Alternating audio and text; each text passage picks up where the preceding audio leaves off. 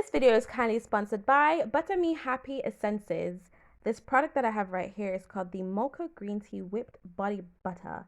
It is for the face and the body. It is extremely moisturizing. It helps to repair and strengthen and hydrate the skin. The ingredients are 100% plant-based, leaving my skin feeling extremely smooth and moisturized. I highly recommend this product. I'll be leaving the link in the description box below. Please check it out. Today's video is about the Black Dahlia case. It is an unsolved murder mystery. It is so famous that for 2 months straight it was on the front pages of newspaper. Now this case is a very, very famous case, especially within the LA region of USA. Now, Black Dahlia is otherwise known as Elizabeth Short. Elizabeth preferred to be called Betty. She was born July 29, 1924, making her a Leo sun. So she wanted to be famous more than anything in the world, and she loved theater to the point that when she became older, she aspired to become an actress. But little did she know that her desire for fame would not turn out the way that she had wanted it to be. Black Dahlia is famous for her death. Some say that her name, Black Dahlia, otherwise known as BD, was given after death, based on a movie called Blue Dahlia, which is an old movie about a soldier returning home from war and finding his wife with another man who owns a bar by the name of the Blue Dahlia. Others say that her name was given to her before her death, which represented the color that she loved wearing, which was black. Elizabeth grew up with both parents until her father faked her suicide. He left his car by the bridge, so people automatically assumed that he died or that he jumped off. And, from there on, she was living without her dad. But he later returned with an apology letter to his wife, saying, please forgive me and blah, blah, blah. But the wife rejected it because how dare you? But despite the fact that her father decided to turn his back on the family for such a long time, she still decided to live with him. So at age 19, she moved in with him, but this was short-lived. He kicked her out at age 19 because she was lazy and unwilling to clean. Black Dahlia knew that she had to find some sort of financial support, so she started to work. And she was working as a waitress for a very long time, while she was also hoping for a big break as an actress. Because remember, this was her dream. She's always wanted to be famous. However, her dream was cut short because on January 15, 1947, her body was discovered by a resident while she was taking her morning stroll through the neighborhood. But what the neighbor thought was a pale mannequin spreading out on the lawn was actually a severely mutilated human being. She immediately ran for help to the nearest house. I cannot insert the images of her dead body on YouTube. Images of her body can be found on the internet. And trust me, guys, it is gruesome. I personally have never seen anything like this in real life or on TV. Elizabeth's body was cut in half, completely drained, dry. Okay, it was scrubbed clean. She was naked and her hands were posed over her head. She had concussion to the brain, laceration to her face, and laceration means tearing of the tissue. All right, so she had it to her head, her forehead, her face, intestines, kidney, and her anus was lacerated. Her face and her breast was slashed. Her anus was forced open. Her intestines had been removed, folded up, and then shoved back into her gut. Her face was the worst. The killer had cut open her face from the corner of both sides of her mouth to her ears, giving off a Joker-like smile. So it was a deep cut, guys. It wasn't no simple light cut. It was a deep cut. And she had rug burns on her ankle, so he must have tied her up. Well, he had to have tied her up in order to do something like that. But they do say that she was unconscious, she was dead, um, before he did all of that stuff, or she did all of that stuff. We don't know. And her initials, Black Dahlia, was carved into one thigh. Okay, guys, so let's talk about how the body was discovered. To think about it, there was no blood found on the body.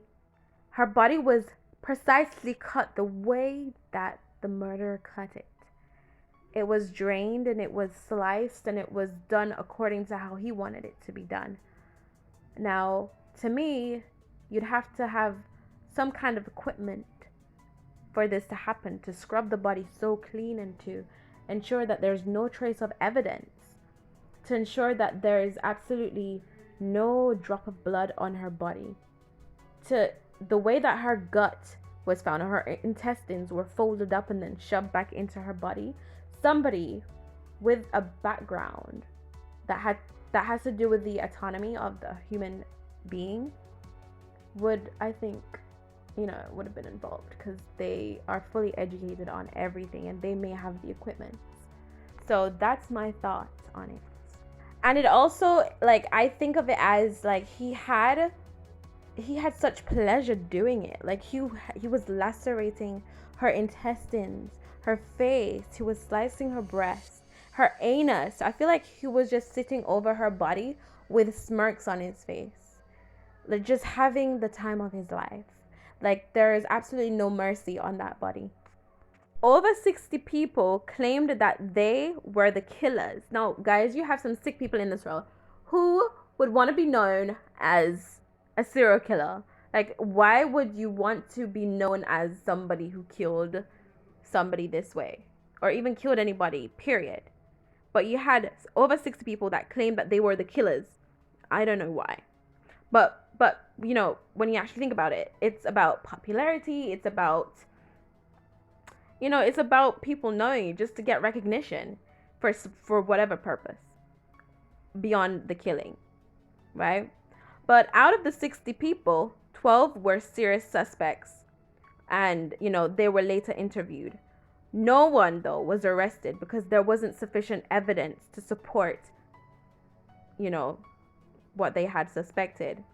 1 week after the discovery, an editor of the Examiner received a call from someone claiming to be the murderer, claiming that he kept souvenirs and that he'll be sending them through the mail 4 days after.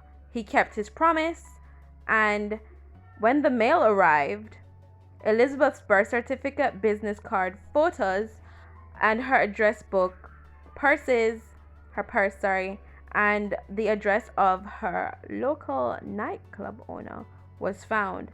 Everything was doused in gasoline to remove fingerprint evidence. Out of the 12 suspects came 2 that I'm completely interested in talking about. We have Red Manley, who may have been the last person that saw her. The last place that he left her was at a hotel on January 9, 1947. He was waiting with her while she was waiting for her friends to come meet up with her. But he couldn't wait any longer because obviously he has whatever responsibilities. Plus, he was a married man with kids.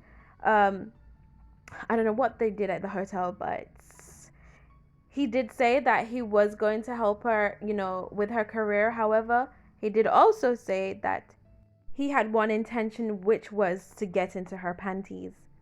Now, this man became a little loco after because it ruined his career and his family. Even though his wife still stood beside him, his reputation his image, looks really bad at this point.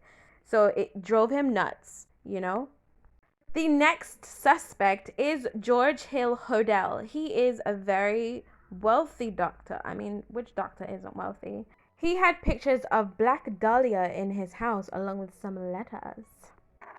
His son, Steve Hodel, claimed that there was a hidden basement in the house where nobody could go. A little bit more background on this doctor. He was accused of raping his daughter at a, it doesn't matter what age you are. He was accused of raping her, and I believe that.